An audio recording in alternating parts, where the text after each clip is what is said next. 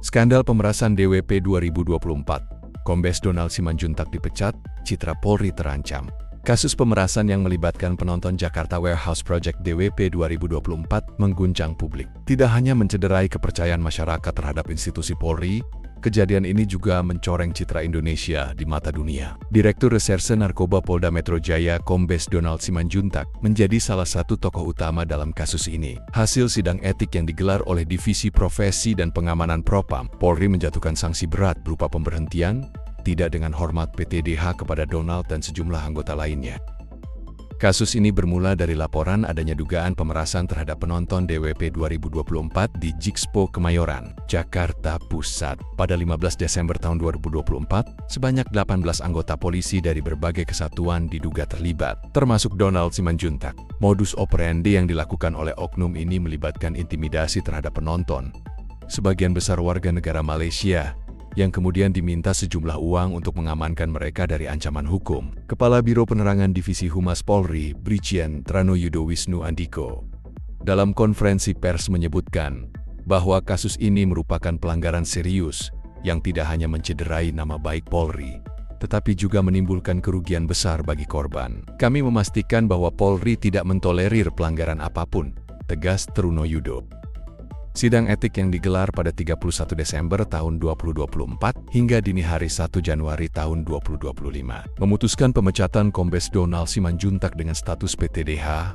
Selain Donald, seorang perwira menengah Pamen dengan jabatan Kepala Unit Kanit juga dijatuhi sanksi serupa. Sementara itu, seorang Kepala Subdirektorat Kasubdit masih menunggu putusan karena sidangnya diskors dan dijadwalkan dilanjutkan pada 2 Januari tahun 2025. Komisioner Kompolnas M. Chaurel Anem menegaskan bahwa sidang ini merupakan bentuk komitmen Polri dalam menjaga integritas institusinya. Sidang etik dilaksanakan secara profesional dan transparan, ujar Anem.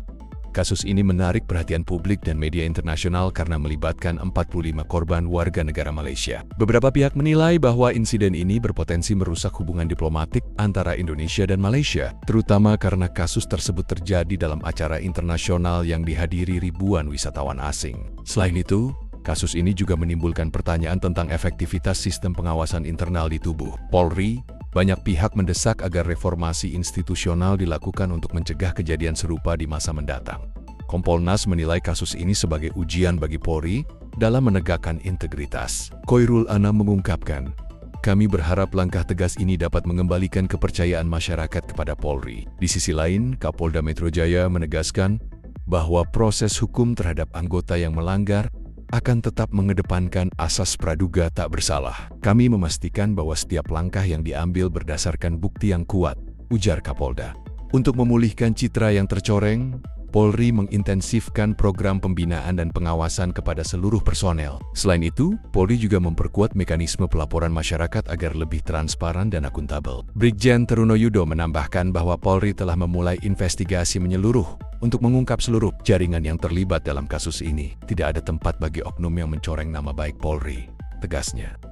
Kasus ini juga membawa dampak besar pada penyelenggaraan acara musik internasional seperti DWP. Beberapa pihak khawatir bahwa kejadian ini dapat menurunkan minat wisatawan untuk menghadiri acara serupa di masa depan. Pihak penyelenggara DWP mengaku telah bekerja sama dengan kepolisian untuk meningkatkan keamanan dan memastikan bahwa kejadian serupa tidak akan terulang. Kami berkomitmen untuk menjaga kenyamanan dan keamanan seluruh pengunjung, ujar juru bicara DWP.